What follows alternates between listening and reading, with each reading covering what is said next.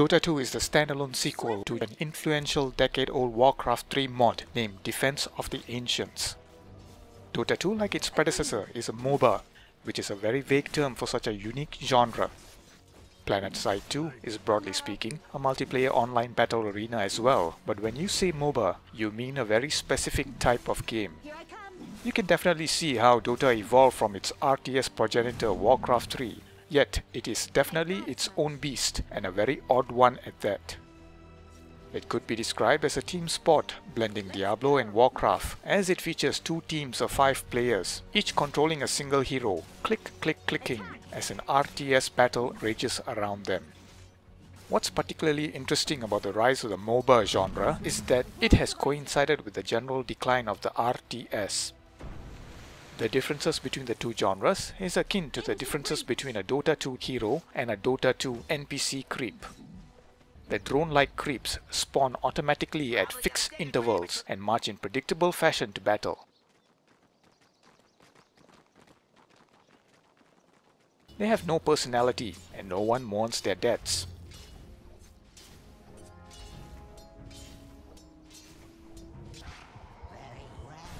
When your Dota 2 hero dies, on the other hand, you will groan and facepalm, if not snarl and gnash your teeth, because the death of your hero is deeply personal.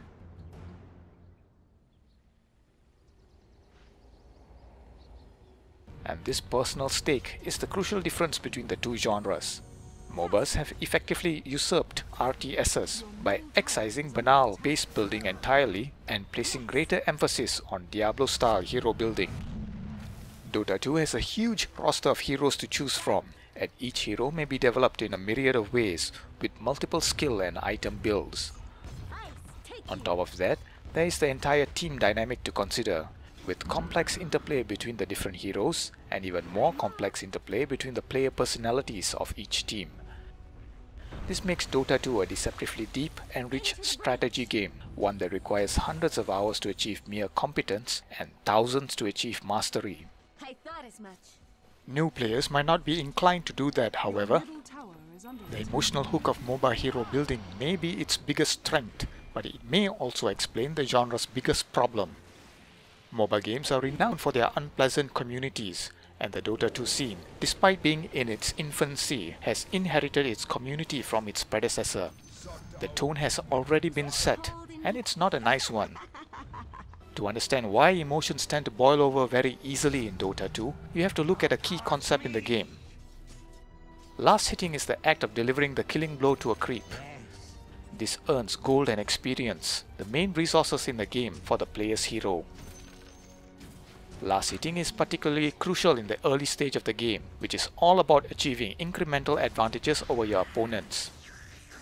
To succeed at last hitting, you need great timing, quick reflexes, and a keen understanding of each hero's unique attack animation.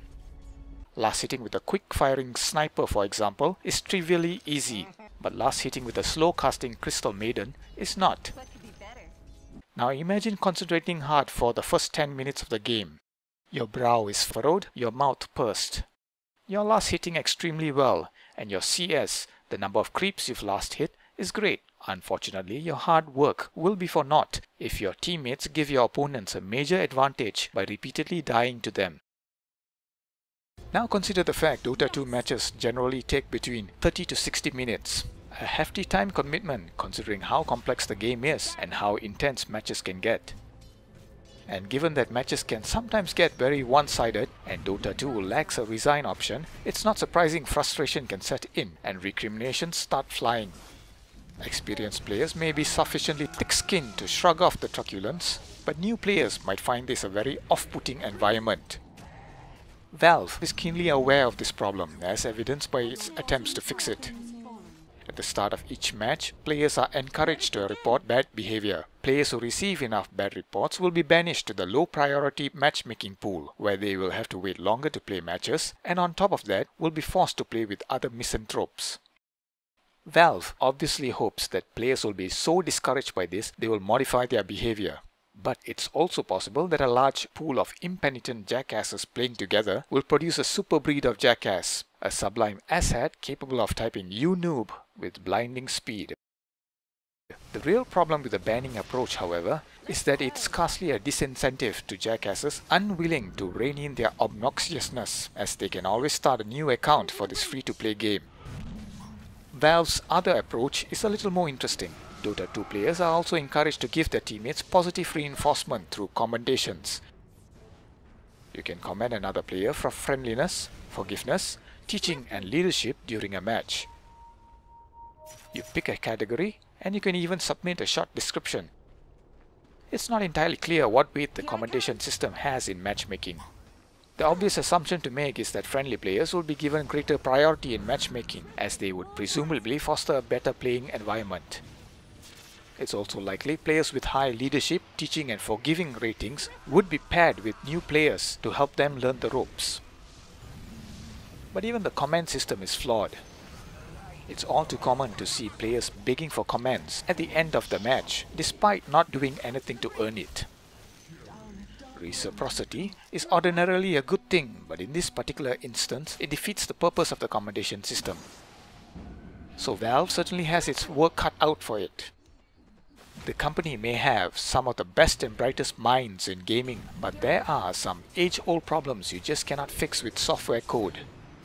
Human nature will assert itself, despite the presence of laws and rules and restrictions and taboos. In short, asshats will continue to be asshats. When you get down to it, Valve can only do so much, and the one person who can create a better Dota 2 community, one you personally enjoy interacting with, is you. If you see a player behaving like a jackass, report the player immediately, and more importantly, if you enjoyed playing with someone, make the effort to commend them.